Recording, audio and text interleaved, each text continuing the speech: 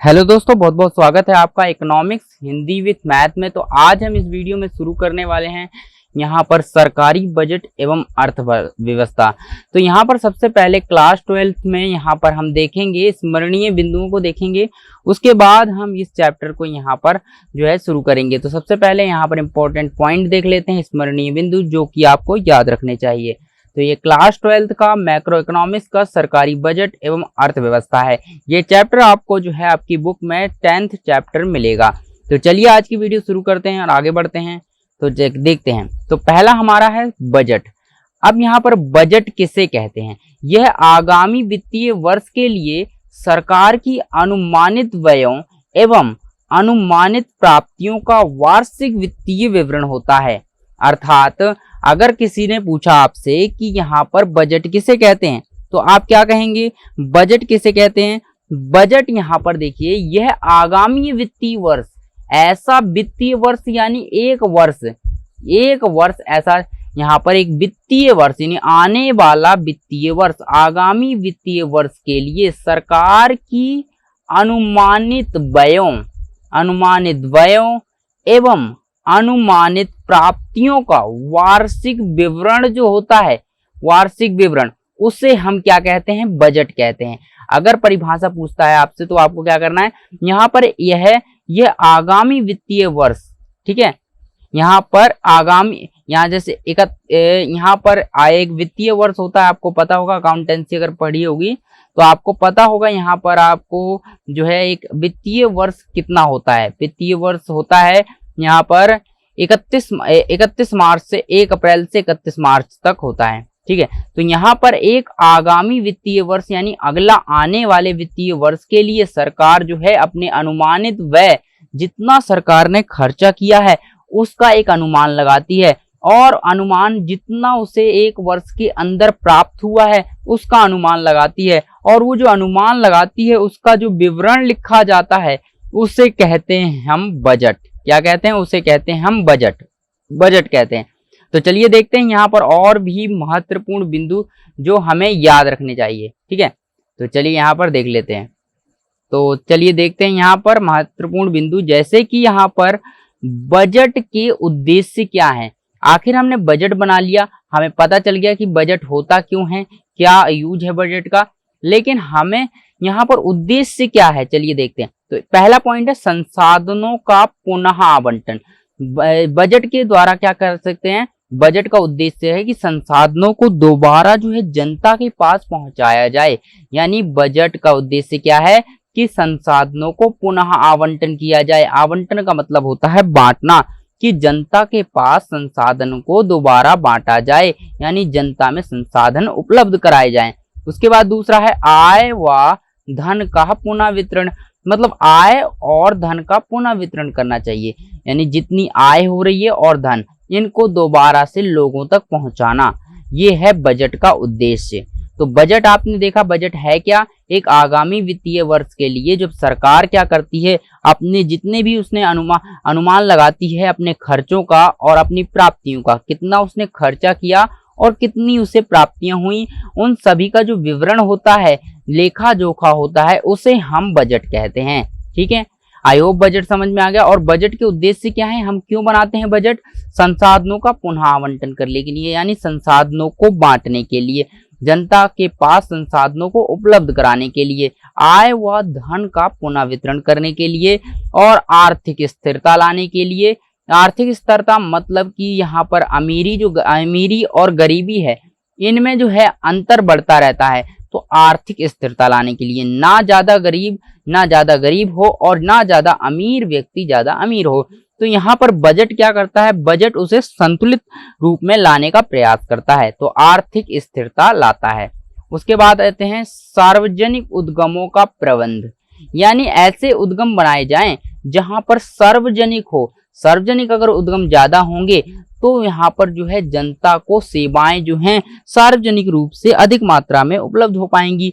तो सरकार क्या करती है? इसके लिए बजट बनाती है। क्योंकि आप बताइए, अगर आपके पास पैसा नहीं है, अब आपको मान लीजिए आपने क्या करना है, आपको यहाँ पर एक फोन खरीदना है, ठीक है, आपको यहाँ पर फोन खरीदना है, आपको यहाँ पर फोन के अलावा एक टीवी खरीदना है, इस तरह से आपने यहाँ पर आपको एक फोन खरीदना है और यहाँ पर इस तरह से आपको एक फोन खरीदना है और आपको एक टीवी खरीदना है, दो चीजें आपको खरीदनी है।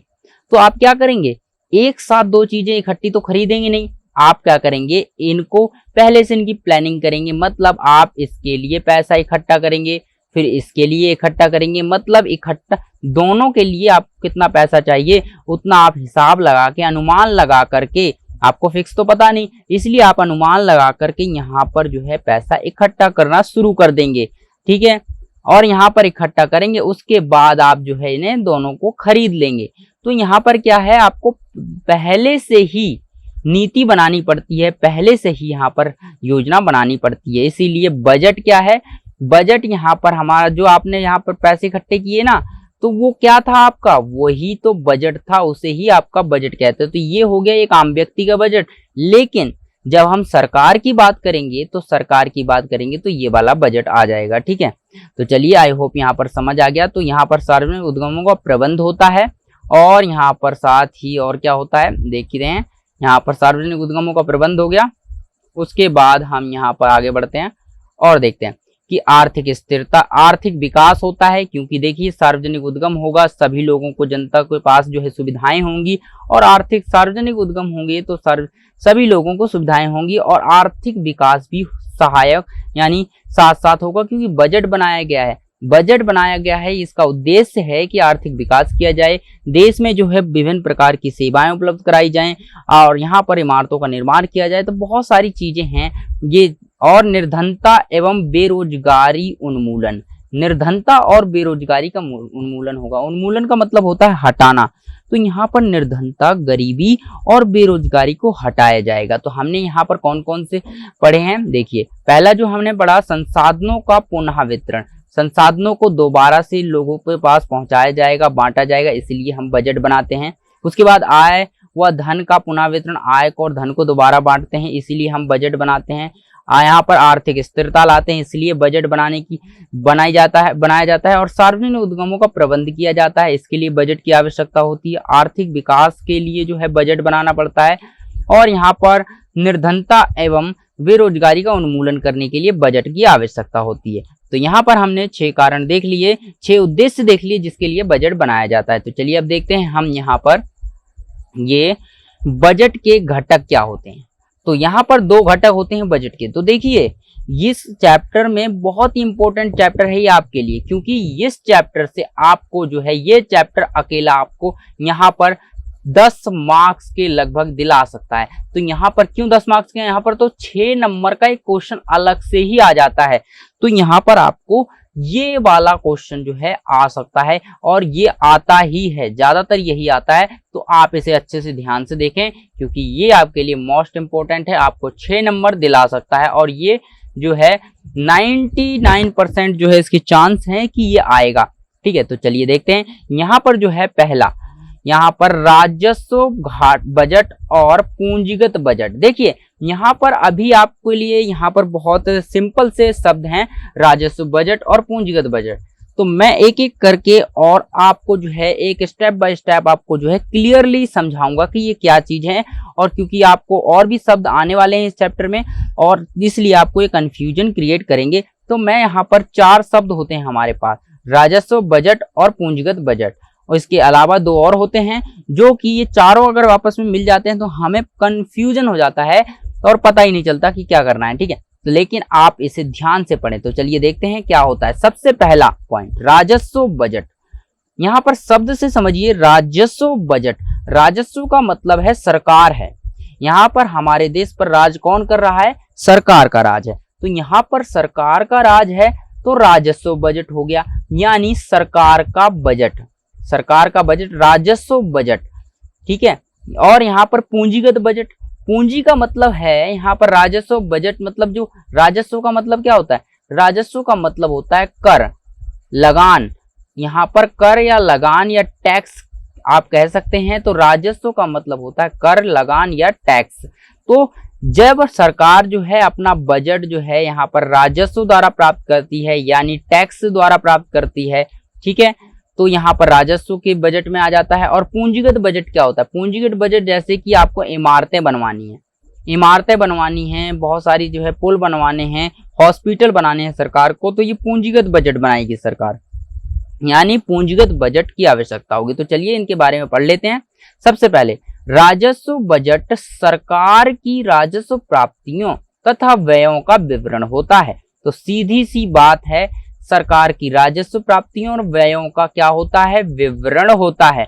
तो यहाँ पर क्या हुआ, राजस्व बजट किसे कहते हैं, राजस्व बजट यहाँ पर सरकार की राजस्व प्राप्तियां और व्ययों का जो है विवरण होता है। यानी जो सरकार क्या करती है, राजस्व बजट में क्या होता है, सरकार जितनी भी राजस्व प्राप्ति करती है, मतलब टैक्स से जितना भी धन लेती है, प्राप्त करती है और व्यय करती है, यानी जितना भी व्यय, राजस्व व्यय मतलब ऐसे व्यय जिसके लिए क्या होता है, मतलब सरकार को कुछ भी नहीं मिलता। तो यहाँ पर क्या है, राजस्व व्यय और राजस्व प्राप्तियों का जो विवरण होता है, सीधा सा आपको याद रखना है, उससे यहाँ पर राजस्व बजट कहते हैं। क्या कहते हैं, राजस्व बजट कहते हैं। ठीक है, क्लियर हो गया। पूंजीगत बजट, इसे हम आगे देखेंगे। चलिए सबसे पहले हम यहाँ पर देख लेते हैं। उसी तरह पूंजीगत, अब आप इसकी परिभाषा कैसे देंगे, इसको भी, इसकी परिभाषा यहाँ लिखी नहीं है, तो आप इसकी परिभाषा स्वयं ही बना सकते हैं। कैसे, यहाँ पर देखिए, पहला है राजस्व बजट। इसमें क्या था, राजस्व बजट सरकार की राजस्व प्राप्तियां तथा राजस्व व्ययों का विवरण होता है। ठीक है, लेकिन यहाँ पर अगर पूंजीगत शब्द आ गया, पूंजीगत बजट है, तो आप कैसे करेंगे, पूंजीगत बजट यहाँ पर लिख देंगे। पूंजीगत बजट सरकार की पूंजीगत प्राप्तियों तथा पूंजीगत व्ययों का विवरण होता है। तो सिंपल सी बात है, आपको जहां जहां यहाँ पर राजस्व लिखा है वहां वहां पूंजीगत लिख दीजिए, सेम बिल्कुल परिभाषा आपकी ये हो जाएगी। ठीक है, पूंजीगत बजट के बारे में। ठीक है, तो ये हो गया आपका बहुत ही सिंपल, यानी राजस्व प्राप्तियां, राजस्व जितना धन मिला सरकार को और जितना धन गया सरकार का, वो उनका जो विवरण होता है वो राजस्व बजट में आता है। और पूंजीगत बजट का जो विवरण है, पूंजीगत प्राप्तियां और पूंजीगत व्ययों का जो विवरण होता है वो आता है राजस्व, यहाँ पर पूंजीगत बजट में। तो चलिए अब देखते हैं कुछ और नई चीजें। यहाँ पर क्या है, बजट को दो भागों में बांटा जाता है। बजट जो होता है वो दो भागों में बटा होता है। तो कौन कौन सा बटा होता है, देखिए, बजट को दो भागों में बांटा जाता है। तो क्या है, पहला बजट है बजट प्राप्तियां, कि बजट से क्या क्या मिला है। तो यहाँ पर क्या है, इससे तात्पर्य एक वित्तीय वर्ष की अवधि में सरकार की सभी स्रोतों से अनुमानित मौद्रिक प्राप्तियों से है। ठीक है, इसका मतलब क्या है, ये कहना चाह रहा है एक वित्तीय वर्ष की अवधि में, यानी एक वित्तीय वर्ष की अवधि में जो सरकार क्या करती है, सरकार की सभी स्रोतों से, यानी सभी स्रोतों से सरकार के अनुमानित मौद्रिक प्राप्तियों से है। यानी सरकार क्या करती है, बजट प्राप्ति क्या होती है, सरकार जब सभी स्रोतों से एक वित्तीय वर्ष के अंदर सभी स्रोतों से सरकार जो है, जितने भी स्रोत हैं, जहां जहां से उसे धन मिल सकता है, उन सभी स्रोतों से सरकार को जब एक वित्तीय वर्ष के अंदर यहाँ पर अनुमानित मौद्रिक प्राप्तियां होती हैं, तो उसे हम बजट प्राप्तियां कहते हैं। तो बजट प्राप्तियों को निम्न दो उपवर्गों में बांटा जा सकता है, राजस्व प्राप्तियां अथवा पूंजीगत प्राप्तियां। तो यहाँ पर बजट प्राप्तियां, आपको क्या पता चला कि बजट प्राप्तियां क्या होती हैं। पहला है बजट प्राप्ति होती है वित्तीय वर्ष, एक वित्तीय वर्ष में जब सरकार को सभी स्रोतों से अनुमानित मौद्रिक प्राप्ति होती है। यानी आप एक बात मान लीजिए कि कोई भी स्रोत हो, यानी सरकार को अगर धन मिलता है, कोई भी स्रोत हो, अगर सरकार को यहाँ पर धन मिलता है, कहीं से भी पैसा मिलता है, तो वो क्या आएगा, वो बजट प्राप्ति में आ जाएगा, यानी बजट प्राप्ति कहलाएगा। तो बजट प्राप्ति के दो भाग किए गए हैं। पहला भाग जो किया गया है बजट प्राप्ति का, वो है राजस्व प्राप्ति और दूसरा है पूंजीगत प्राप्ति। तो चलिए यहाँ पर हम इनमें विस्तार से पढ़ेंगे, राजस्व प्राप्ति और पूंजीगत प्राप्ति। ठीक है, तो हमने यहाँ पर डिस्कस किया राजस्व बजट और पूंजीगत बजट होते हैं। तो यहाँ पर तीन प्रकार के बजट हो गए। यहाँ पर पहले दो प्रकार के बजट हो चुके हैं, राजस्व बजट और पूंजीगत बजट, जो कि हमने डिस्कस कर लिए। उसके बाद हमने देखा यहाँ पर बजट को दो भागों में बांटा गया है। पहला है बजट प्राप्तियां, जिन्हें और दो भागों में बांटा गया है। जैसे कि यहाँ पर देखिए दो भाग नहीं है, अभी अगला आएगा, ये बजट प्राप्तियां हैं, बजट व्यय भी आएगा। तो यहाँ पर बजट प्राप्तियों को दो भागों में बांटा गया है, राजस्व प्राप्तियां और पूंजीगत प्राप्तियां। तो हम यहाँ पर एक एक करके देखेंगे। चलिए देखते हैं। यहाँ पर सबसे पहले बजट प्राप्तियां कैसे बटी हुई हैं। सबसे पहले बजट प्राप्तियों को दो भागों में बांटा गया है, राजस्व प्राप्तियां और पूंजीगत प्राप्तियां। ठीक है, जैसे कि राजस्व प्राप्तियां में आ जाता है कर राजस्व आ जाता है और गैर कर राजस्व आ जाता है। कर राजस्व में आता है प्रत्यक्ष कर, अप्रत्यक्ष कर। अप्रत्यक्ष कर क्या होता है? प्रत्यक्ष कर वह कर होता है जो कि सीधा जो है सरकार को भुगतान किया जाता है, यानी सीधा सरकार के खाते में जाता है। और यहाँ पर अप्रत्यक्ष कर क्या होता है? जो कि एक बिक्री के माध्यम से इनडायरेक्ट तरीके से, अप्रत्यक्ष रूप से, यानी एक व्यक्ति के माध्यम से और फिर दूसरे व्यक्ति के माध्यम से जो है सरकार तक पहुंचता है। ये डायरेक्ट सरकार के पास नहीं होता, यानी नहीं पहुंच पाता, तो इसे हम अप्रत्यक्ष कर कहते हैं। तो प्रत्यक्ष कर और अप्रत्यक्ष कर। तो यहाँ पर देखा हमने बजट प्राप्तियां दो भागों में बटी हुई हैं, पहला राजस्व प्राप्तियां और पूंजीगत प्राप्तियां। ठीक है, उसके बाद आता है यहाँ पर राजस्व प्राप्तियों को दो भागों में बांटा गया है। यहाँ पर क्या है? कर प्राप्ति, जो कर से पैसा मिलेगा, टैक्स से पैसा मिलेगा। उसके बाद गैर कर प्राप्ति, कर प्राप्ति में प्रत्यक्ष कर होता है, अप्रत्यक्ष कर होता है। और आय कर, यहाँ पर देखिए जैसे कि आय, आज आप जानते होंगे अगर सरकारी नौकरी कोई करता है तो उसकी जो है सैलरी में से ही डायरेक्ट जो है टैक्स काट लिया जाता है और सरकार को वह टैक्स चला जाता है, तो सीधे सीधे टैक्स देता है। लेकिन यहाँ पर अगर कोई बिक्री करता है तो यह अप्रत्यक्ष रूप से जाएगा, सामान के माध्यम से। सेवा कर हो गया, मनोरंजन कर हो गया। उसके बाद यहाँ पर देखिए प्रत्यक्ष में संपत्ति कर, संपत्ति है तो सीधा संपत्ति का टैक्स कटेगा।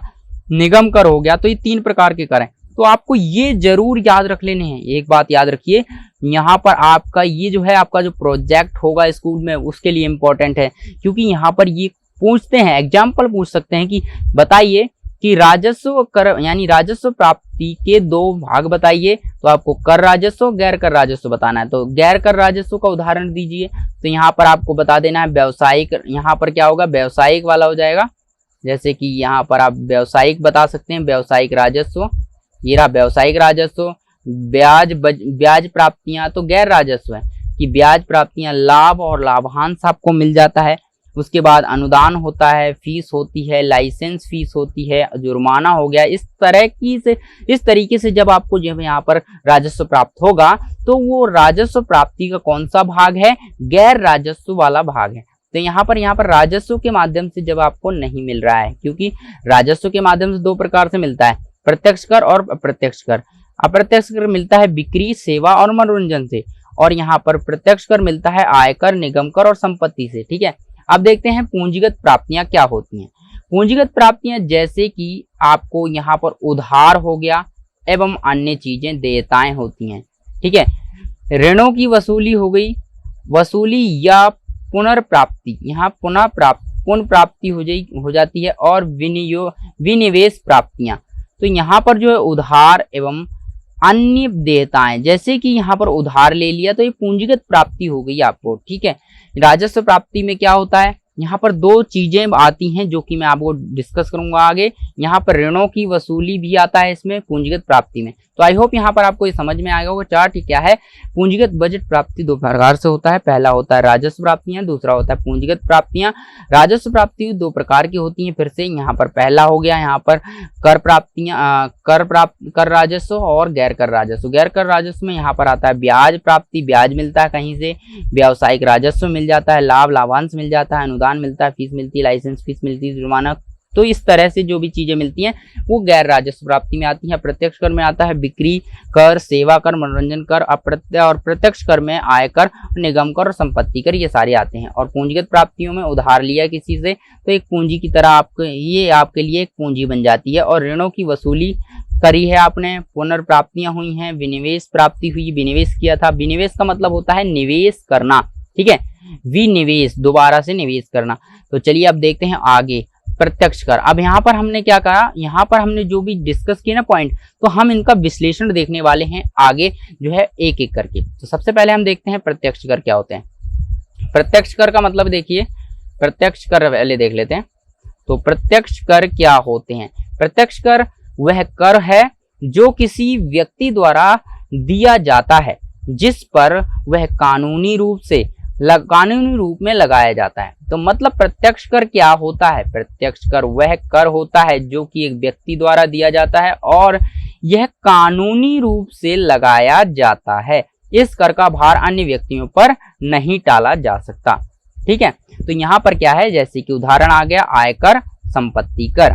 तो अगर एक व्यक्ति के पास कुछ संपत्ति है तो वो क्या होगा, उसकी संपत्ति में से जो है कर लग जाएगा, उसे देना पड़ेगा। ठीक है, यहाँ पर अगर एक व्यक्ति के पास कुछ मकान है, इस तरह से ये मकान है, तो यहाँ पर इस मकान का जो कर है वो सरकार को सीधे ही देना पड़ेगा, सीधा सरकार को भुगतान करना पड़ेगा उस व्यक्ति को। और अगर मान लीजिए कोई यहाँ पर एक सरकारी नौकर है या सरकारी नौकरी करता है तो सरकार उसकी सैलरी में से ही डायरेक्ट काट लेगी उसका कर और बाकी उसकी सैलरी दे देगी। तो इस तरह से काम करते ही यहाँ पर कर पहले से कट जाता है। तो यहाँ पर ये कर हो गया। अब देखते हैं अप्रत्यक्ष कर। अप्रत्यक्ष कर क्या होता है? अप्रत्यक्ष कर में देखिए, अप्रत्यक्ष कर वे कर हैं, अप्रत्यक्ष कर वे कर हैं जो लगाए तो किसी एक व्यक्ति पर जाते हैं, यानी ये क्या करते हैं, एक व्यक्ति पर लगाए जाते हैं, किंतु इनका आंशिक या पूर्ण रूप से भुगतान किसी अन्य व्यक्ति को करना पड़ता है। यानी लगाए भले ही व्यक्ति पर जाते हैं या वस्तुओं पर लगाए जाते हैं, लेकिन भुगतान एक अन्य व्यक्ति को करना पड़ता है।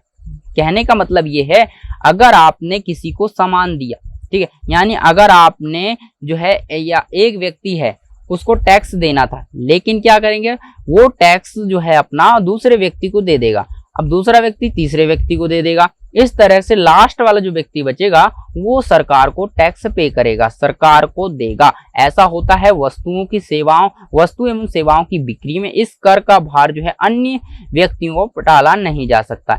तो यहाँ पर कह रहा है अन्य व्यक्तियों को टाला जा सकता है, यानी इस कर का भार जो है अन्य व्यक्तियों को टाला जा सकता है। तो यहाँ पर बताइए, एक व्यक्ति है जो उसकी सैलरी ले रहा है, काम कर रहा है, सरकार का जो है यहाँ पर नौकरी करता है, तो यहाँ पर सरकार क्या वो कह देगा वो व्यक्ति कि भाई मेरी सैलरी में से कर मत काटना, प्रत्यक्ष कर मत लेना, यानी टैक्स मत काटना, तुम मेरे दोस्त की सैलरी में से काट लो, ऐसा कह सकता है? बिल्कुल नहीं कह सकता, क्योंकि वो प्रत्यक्ष कर है और उसकी सैलरी में से कट जाएगा। लेकिन अगर ये बात होती अप्रत्यक्ष कर की, तो यहाँ पर ऐसा पॉसिबल है, वो ऐसा यहाँ पर कह सकता है कि ये कर मेरे यहाँ से नहीं कटेगा और ये आप उस व्यक्ति से आप ले सकते हैं। जैसे कि बिक्री, आपने बिक्री करी, अब जिसने बिक्री करी वो टैक्स नहीं देगा, उसने टैक्स सामान के साथ दे दिया, अब टैक्स कौन देगा? जिसने क्रय किया है, मतलब सामान को खरीदा है, वो टैक्स भरेगा सरकार को। तो यहाँ पर हमने इतनी चीजें डिस्कस कर ली। आई होप ये वीडियो आपको अच्छी लगी होगी।